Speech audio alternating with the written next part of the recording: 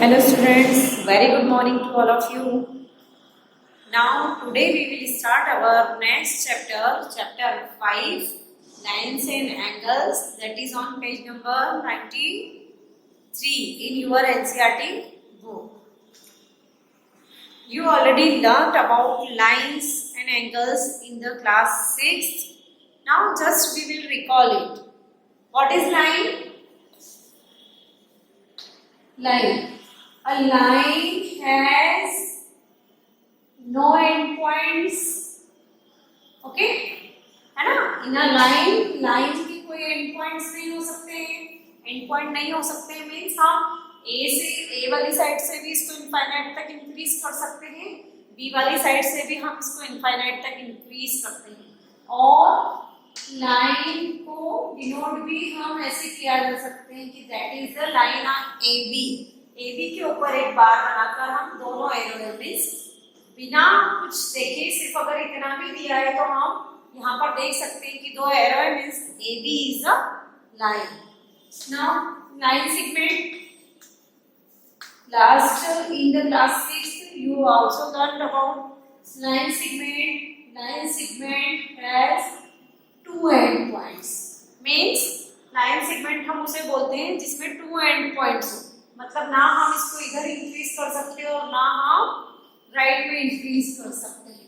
Suppose मैंने in and points को name दे दिए PQ, तो हम PQ को कैसे शो करेंगे? PQ एंड जस्ट बार. यहाँ पर एरो नहीं होता है, एरो का मीन्स होता है हम उसको इंक्रीज कर सकते हैं. ठीक है. एंड नेक्स्ट इज रे.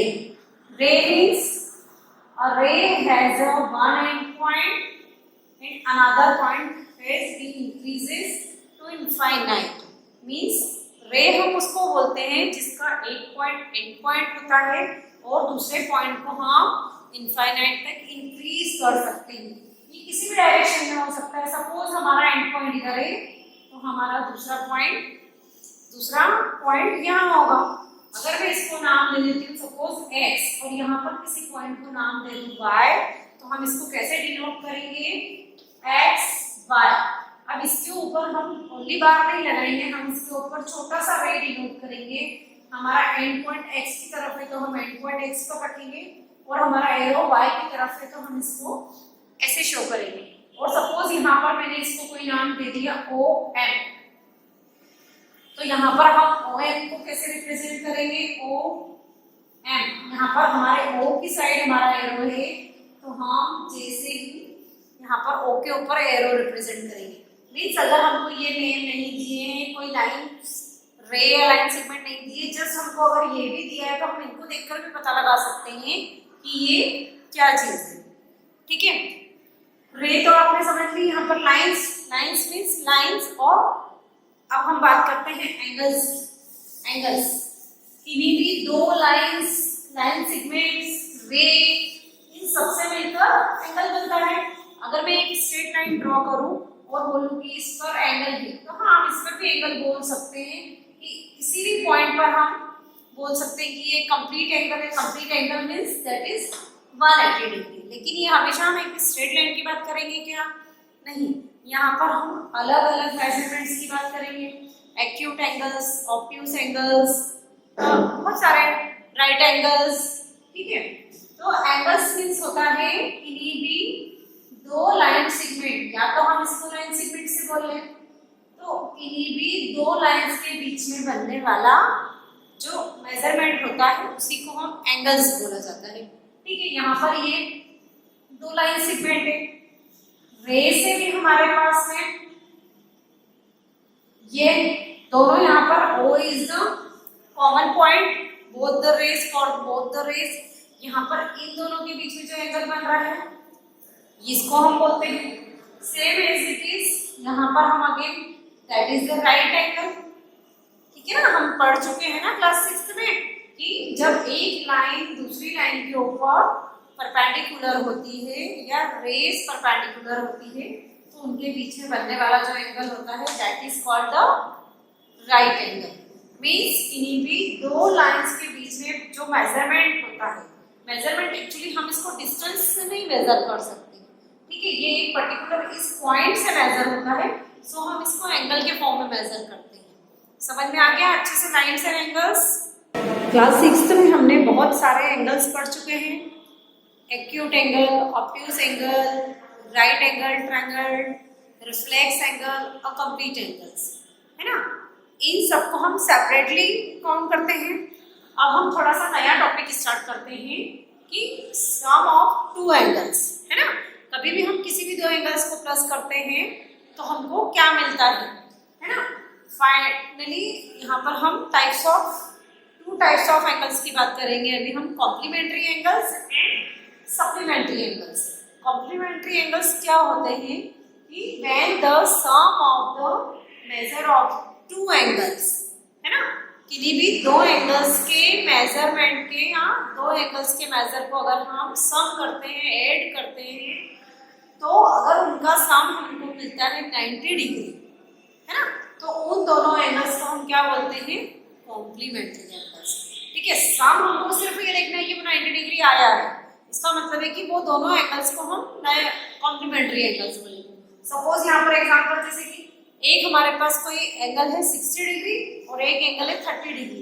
इन दोनों को हमने ऐड किया और हमको इनका सम 90 डिग्री मिला, तो हम बोल सकते हैं कि 60 डिग्री और 30 डिग्री ये दोनों कॉम्प्लीमेंट्री एंगल्स है, और 60 डिग्री जो है वो 30 का कॉम्प्लीमेंट है और 30 जो है वो 60 का कॉम्प्लीमेंट है।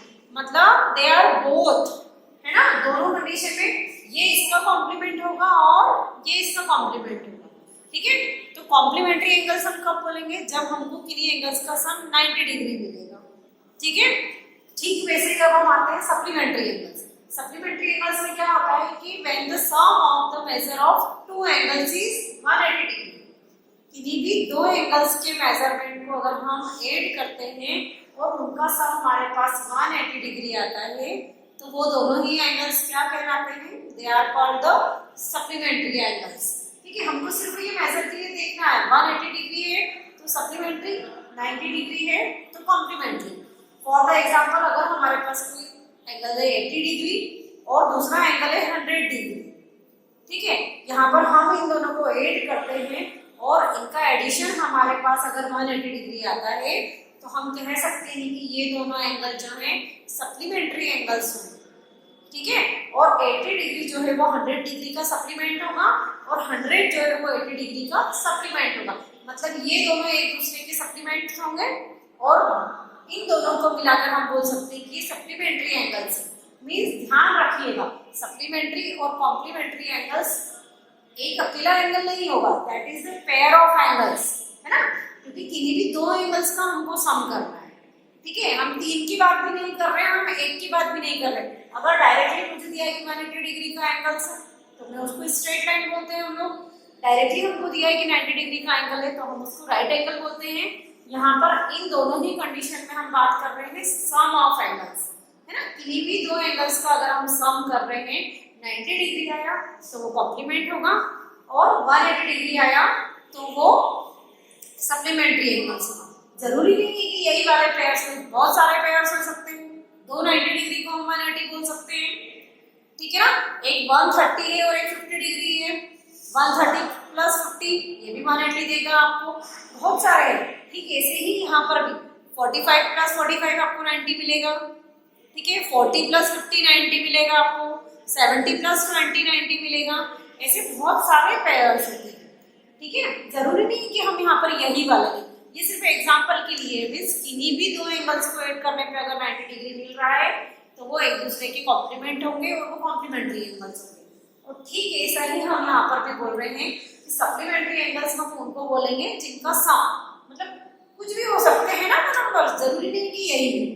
ठीक है, उनका सम अगर मुझे 180 डिग्री मिल रहा है तो हम बोल सकते हैं कि वो दोनों एंगल्स सप्लीमेंट्री एंगल्स हैं। ठीक है, next topic is adjacent angles.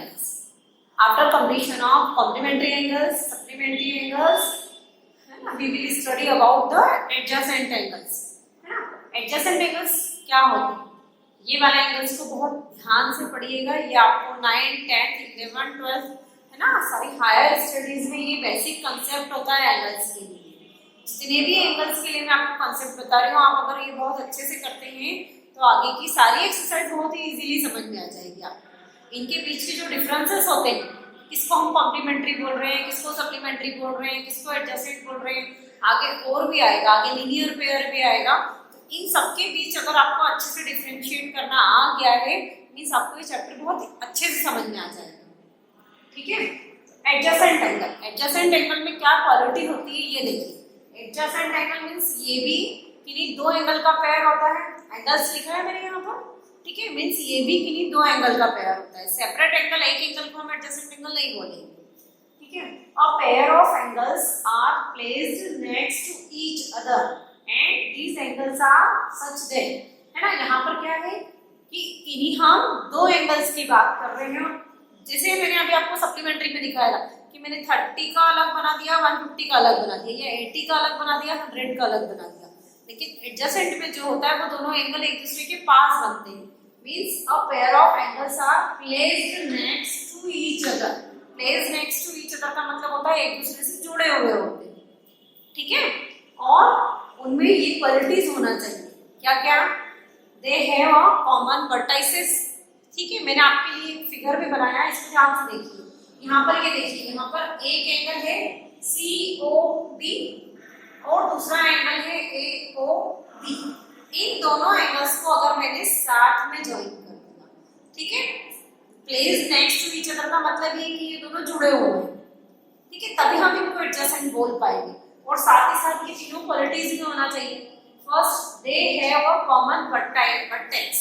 Common vertex मतलब वर्टेक्स मींस क्या बोलते हैं हम लोग, जहाँ जिस पॉइंट पर एंगल बनता है, ठीक है। तो अगर हम इसको हाइड कर देते हैं और ये दो रे की बात करते हैं तो AOB, ठीक है, AO है ना और OB, ये दो रे है और इनसे मिलकर ये एक एंगल बन रहा है। तो इसमें हमारा एंगल कहाँ पर बन रहा है, O पॉइंट, तो हम इसको वर्टेक्स बोलते हैं, पढ़ चुके हैं ना, ठीक है। इसी तरह अगर मैं इसको हाइड कर देती हूँ तो OB और OC से मिलकर ये सेकंड एंगल बन रहा है, ठीक है, इसका भी वर्टेक्स क्या है, O, ठीक है। तो फर्स्ट कंडीशन को इससे सेटिस्फाइड किया, they have a common vertex, means ये वाला एंगल भी ये वाला एंगल भी यहाँ पर बन रहा है, दोनों ही O पॉइंट पर बन रहे हैं। Second thing is they have a common arm. Arms का मतलब होता है यहाँ पर ये जो आर्म है, आर्म का मतलब होता है एक रे, लाइन सेगमेंट भी हो सकती है, रे भी हो सकती है, लाइन भी हो सकती है, दोनों ही एंगल में कॉमन। आपने मैंने अभी बताया आपको OA और OB, ये दो लाइन रे से मिलकर एक एंगल बना है, इसको हाइड करो तो OB और OC से मिलकर एक एंगल बना है, तो दोनों ही पोजीशन में कौन सी रे आपको कॉमन दिखाई दे रही है, OB। OB हमारे इस एंगल को बनाने के लिए भी काम आ रही है, इस एंगल को बनाने के लिए भी काम आ रही है, मींस ये दोनों में कॉमन हो गई और हम इसी को आर्म बोल रहे हैं, आर्म मतलब भुजा, ठीक है ना, लाइन, ठीक है। तो ये दोनों में कॉमन हो गई, मींस इसने इस प्रॉपर्टी को भी सेटिस्फाइड किया, ठीक है। अब हम आते हैं नेक्स्ट कि the non common arms are on either side of the common arm. Means जो नॉन कॉमन मतलब जो कॉमन नहीं है, वो भी तो हमारी कॉमन हो गई। अब हम OA और OC की बात कर रहे हैं, दोनों नॉन कॉमन है ना। नॉन कॉमन मतलब इस एंगल को बनाने के लिए OC नहीं यूज हो रहा है, OC वाला एंगल इस एंगल को बनाने के लिए OA नहीं यूज हो रहा है, तो नॉन कॉमन हो गई।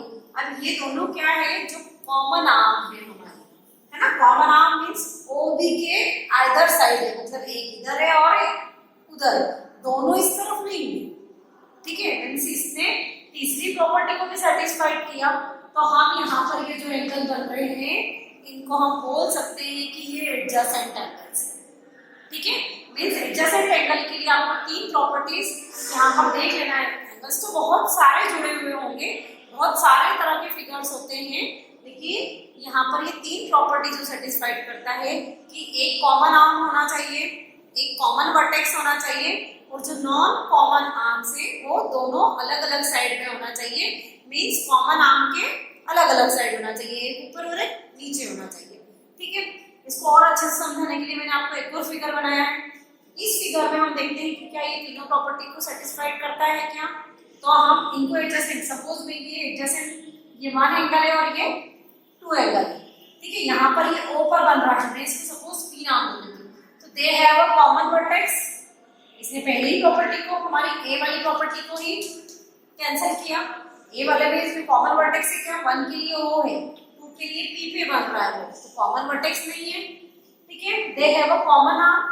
कॉमन आर्म हम बोल सकते हैं कि चलिए ओ वाली जो लाइन है ये वाली, यहाँ पर अगर मैं इसको नाम दे दूं बी, तो ओ भी कॉमन लाइन कि दोनों को बनाने के लिए यूज हो रही है। तो सेकंड प्रॉपर्टी को इसने सेटिस्फाइड कर दिया। और थर्ड है जो non common arms, non common arms है मतलब ये वाली और ये वाली है ना, एक ऊपर जा रही है, ये वाली नॉन कॉमन है ना, दूसरी वाली तो कॉमन है। ये वाली जो नॉन कॉमन है वो कॉमन के अलग अलग है क्या, एक ऊपर और एक नीचे है क्या, नहीं। तीसरी प्रॉपर्टी को भी इसने कैंसिल आउट किया ना, इस वाले फिगर में सिर्फ एक ही प्रॉपर्टी सेटिस्फाइड हो रही है, तो हम इसको एडजेसेंट एंगल नहीं बोलेंगे इस वाले फिगर को। ठीक है, इस टाइप के जो भी फिगर्स होंगे आप देखते होंगे, आप कार का जो स्टीयरिंग होता है उसके व्हील्स में 3 साइड होती है, तीनों के बीच में एक एंगल्स बनता है। ठीक है, तो हम यहाँ पर पेयर ऑफ 2 एंगल्स की बात कर रहे हैं।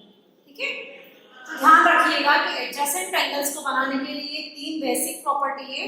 ये 3 प्रॉपर्टी जिसमें भी शो होती है वो सारे हम adjacent angle, pairs of adjacent angle करेंगे उनको। नेक्स्ट इज लीनियर पेयर, है ना। एडजेसेंट एंगल हमने समझ लिया अच्छे से, अब हम चलते हैं लीनियर पेयर की। लीनियर पेयर क्या होता है, ये भी अगेन आपको नाम से ही दिख रहा होगा, पेयर।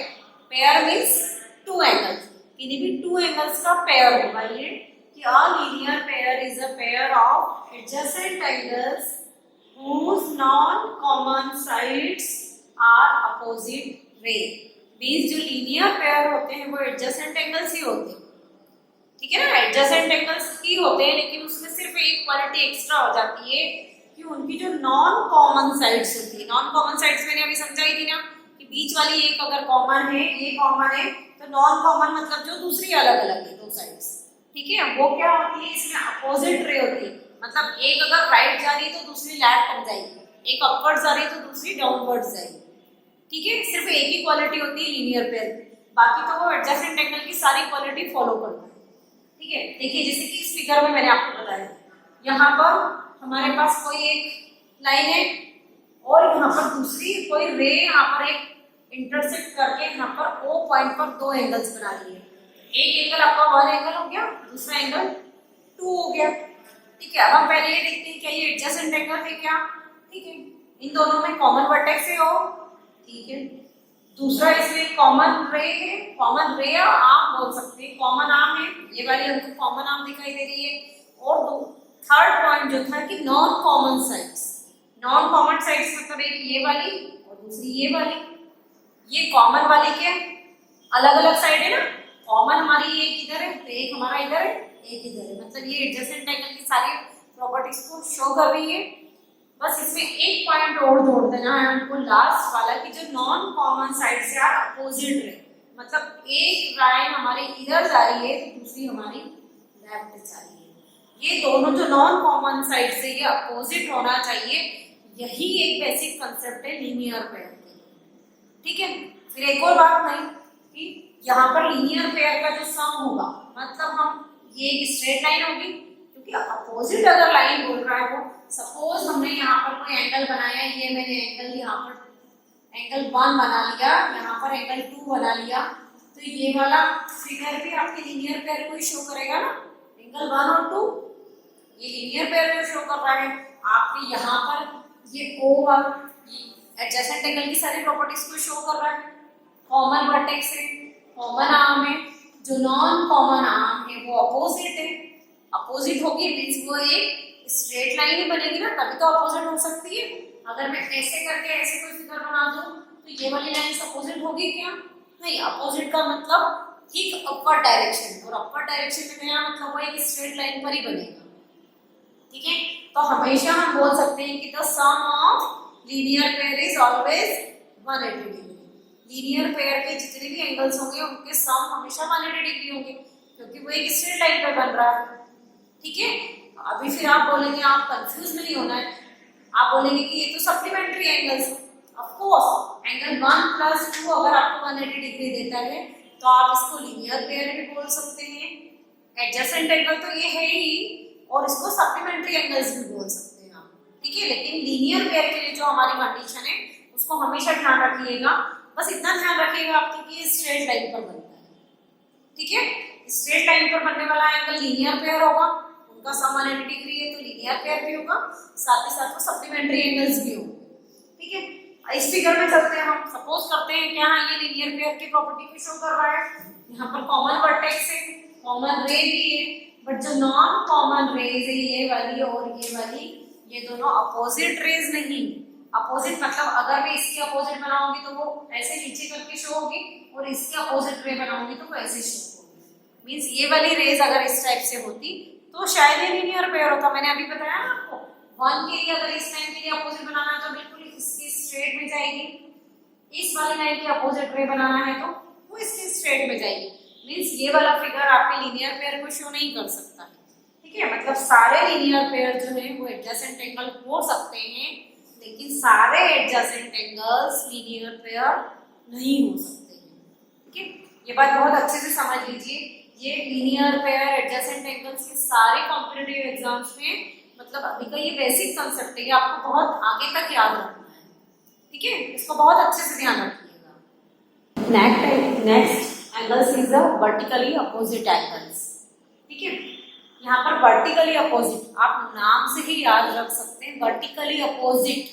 अपोजिट मतलब एक ऊपर है तो दूसरा नीचे, एक राइट है तो दूसरा लेफ्ट, मींस एक दूसरे के अपोजिट। और वर्टिकली मींस जो डायमेंशंस, ठीक है। यहाँ पर वर्टिकली अपोजिट का मतलब आप ध्यान से देखिए कि when two lines intersect the vertically opposite angles so form are equal.